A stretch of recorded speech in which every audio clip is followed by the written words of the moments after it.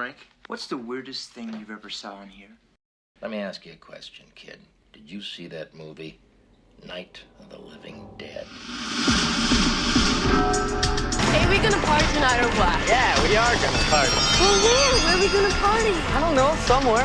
Hey, we could go to the park. Oh, no, we can't. The cops said they'd shoot us if we go back to the park. Yeah, and I ain't in no mood to go tonight. I like that.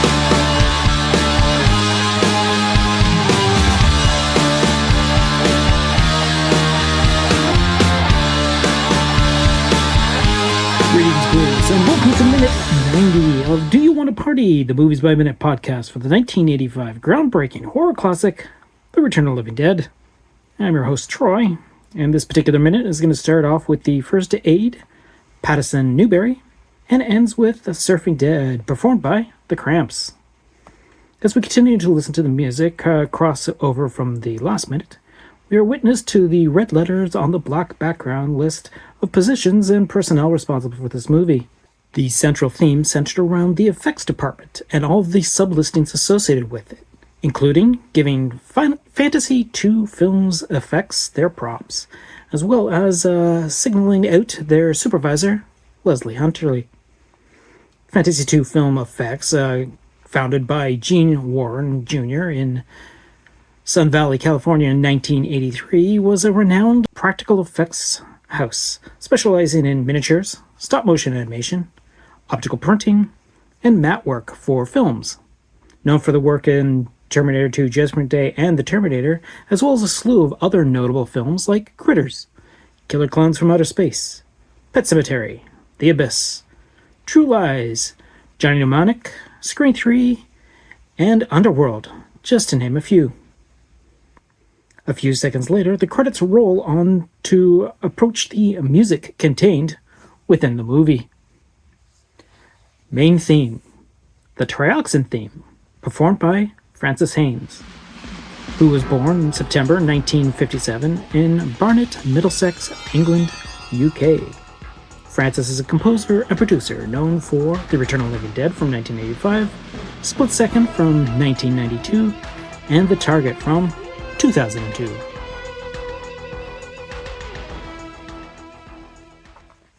Nothing for You, performed by and composed by TSOL. TSOL, or True Sounds of Liberty, is an American punk pop band formed in 1978 in Huntington Beach, California. Although mostly commonly associated with hardcore punk, their music has varied on each release, including such styles as death rock, art punk, horror punk, other varieties of punk music, and hard rock.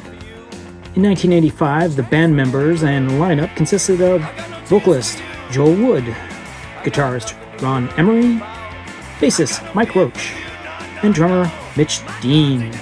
After being part of the Return of the Living Dead soundtrack, Nothing for You is featured on their 1986 studio album, Revenge.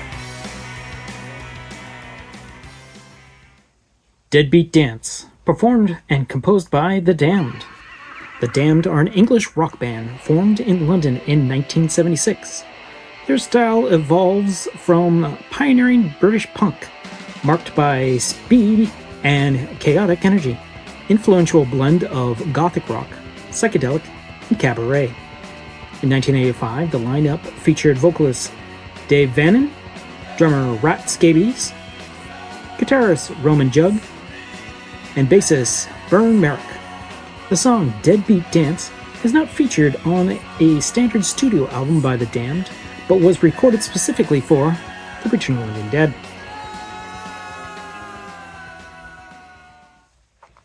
Eyes Without a Face, performed by The Flesh Eaters. The Flesh Eaters are an American punk rock band formed in Los Angeles, California in 1977.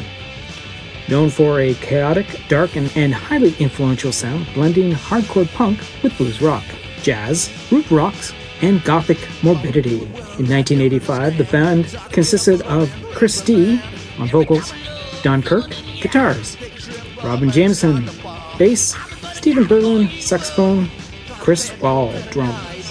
The album A Hard Road to Follow from 1983 is where the song Eyes Without a Face first appears.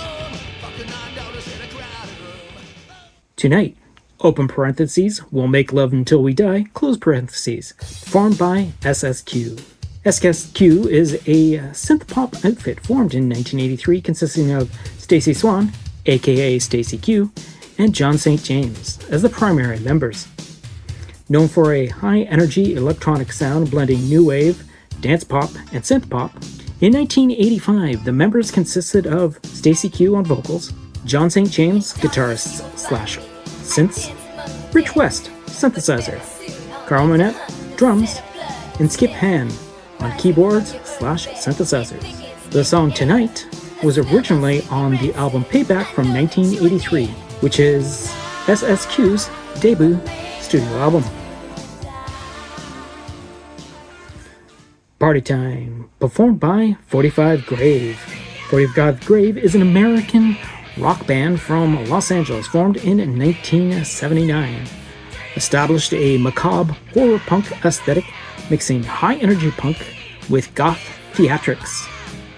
Primarily composed of Dana Cancer on vocals, Paul B. Gutler, guitar / keyboards, Rob Graves on bass, and John Bowles on drums. Following their 1983 album Sleep in Safety, the band was active in 1984 before experiencing lineup shifts and a split in 1985. Party Time appears on their 1983 debut album, Sleep in Safety, with the single version included on later reissues. The version on the Return of the Living Dead soundtrack features the zombie version of the song. Love Under Will, performed by Jet Blackberries. The Jet Blackberries, a powerful contemporary psychedelic rock sound, a mix of garage rock revival, neo-psychedelia, and retro influences, often featuring horror-themed lyrics, intricate soundscapes with varied instruments, and a polite yet upbeat dark rock approach. 1985, the band's core lineup from that era included drummer Ron Stein, bassist Gary Trainor, guitarist Chris Yokel, singer Johnny Cummings, and keyboardist Mark Schwartz. The song Love Under Will was released as a single in 1985 and later appears on a retrospective album called Sundown on Venus in 2019. Take a Walk, performed by Tall Boys. Tall Boys is a 1980s British psychedelia neo-rockabilly band featuring members of the Mentors and a Canadian country / rock group from Ontario, Canada. Featuring an acoustic-driven rock reggae singer / songwriting tunes. In 1985, the band was originally formed by Nigel Lewis and Mark Robertson, formerly of the Mentors, including members James Allen and Kevin Gree, as well as drummer Woody Taylor and organist Jamie Taylor. The song Take a Walk originally appears on the Return of the Living Dead soundtrack, to be later added to the compilation album Fun Time in 1998. And as the credits roll on to beginning to reveal Surfing Dead, that is where we're going to end this particular minute. Over on the commentary track, with director and writer Dan O'Bannon and production designer William Stout, it is a couple seconds into silence during this particular track before Dan O'Bannon points out that he believes this is the first time that he's actually sat down and watched all of the credits. And when the title of Fantasy II Films Effects shows up in the credits, William Stout mentions that they also worked on Terminator 2. A few seconds after, some more silence, Dan O'Bannon mumbles on and on and on. Upon the credits getting to the music involved with the movie, Dan O'Bannon says that he had always had a thought of this as a punk sound, and how once the film got started, he didn't have a lot of time to devote to this particular aspect of it. However, he was thankful about the music producer who did go around to find the different garage bands, but they definitely had a real punk band sound. and how they came up with the number of songs that they put into the film. Now, when one comes up with a project such as this every once in a while, you're going to find a bunch of different facts that, as you work further and further into the show, you realize that, oh, I've already passed this particular point in the movie, or this would have been better to say about 5-10 episodes ago, or, oh, I'm going to remember to do this in the future, but then you get to that point and you go right past your notes because you have other notes coming together before that point. So what I'm going to do now is I'm going to go through a somewhat brief list of a bunch of just random notes that I either have mentioned before, skipped from before, or have just recently come into light, as unfortunately sometimes that sort of thing happens. So at the very base, the filming took place in July 1984 and lasted for about 30 days. And again, we know this is a budget of $4 million. And the cast and crew worked long hours, often for 12 hours a day, 6 days a week. John A. Russo had previously teamed up with George A. Romero to make Night of the Living Dead in 1968. Afterwards, both men had different ideas for sequels, so they parted ways, and Russo started working on an adaptation of a novel he had written called The Return of the Living Dead. Romero was making Dawn of the Dead in 1978. An independent producer, Tom Fox, bought Russo's script.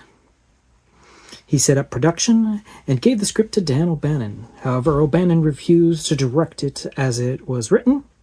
He felt it was way too much of a serious attempt of making a sequel to Night of the Living Dead, and he did not want to intrude so directly on Romero's turf.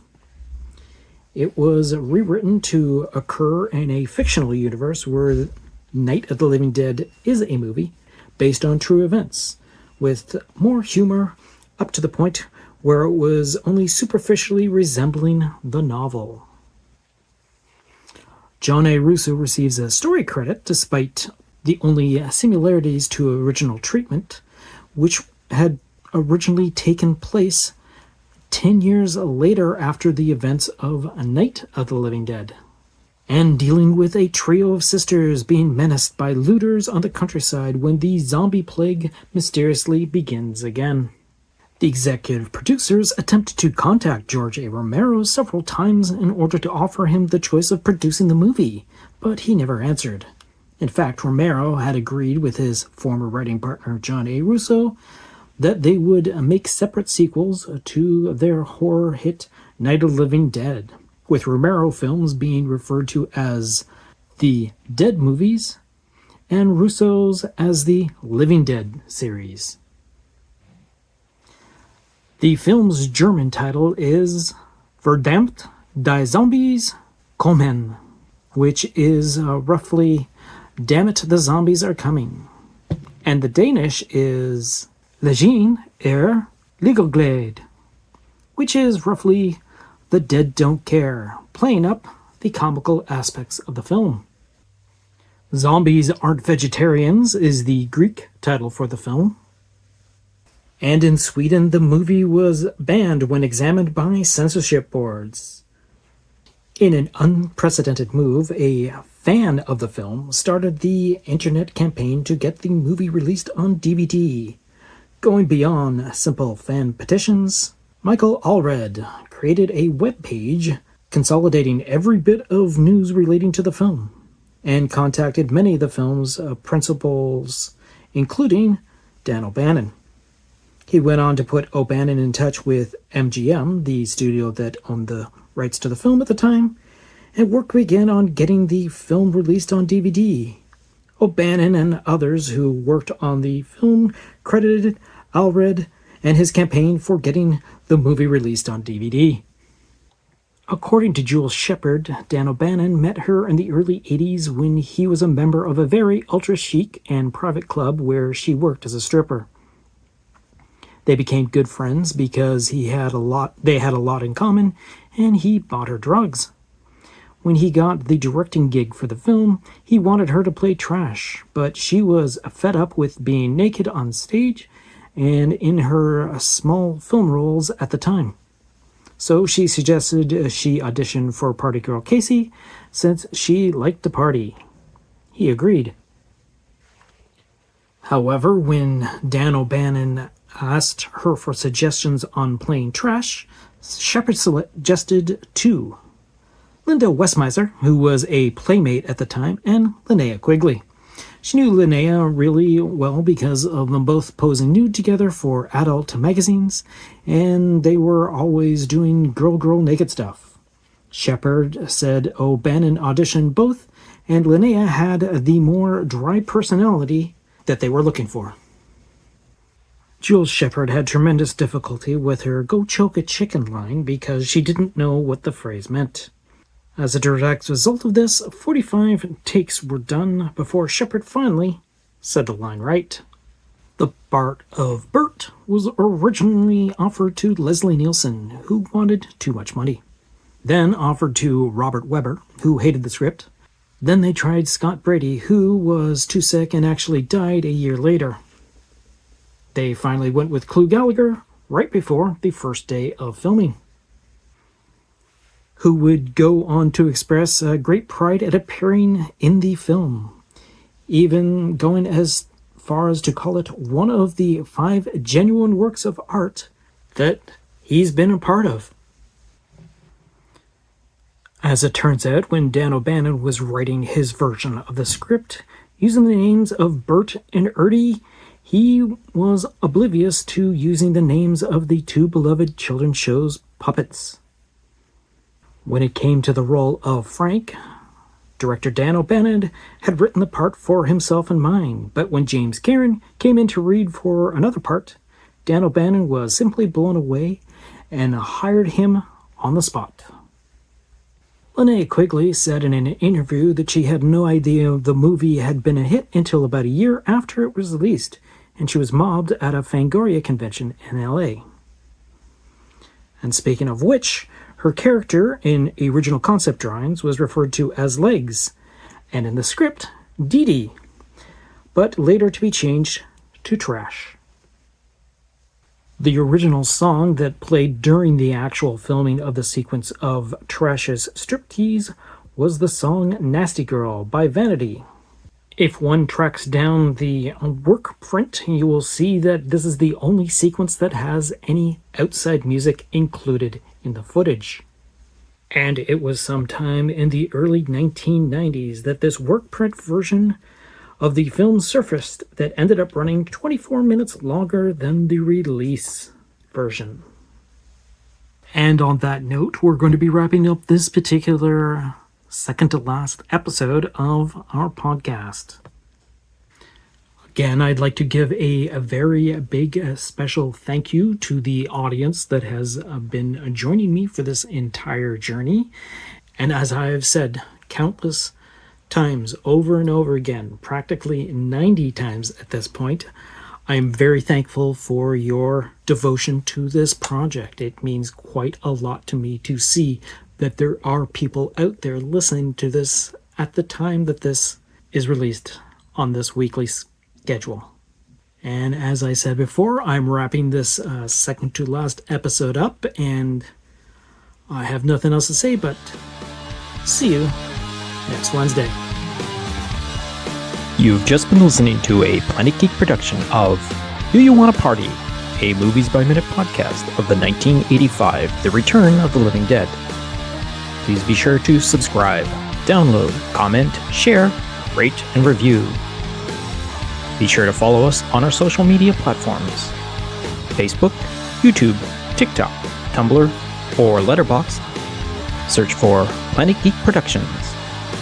X, former Twitter, Instagram, and Blue Sky, search for Planet Geek Pod.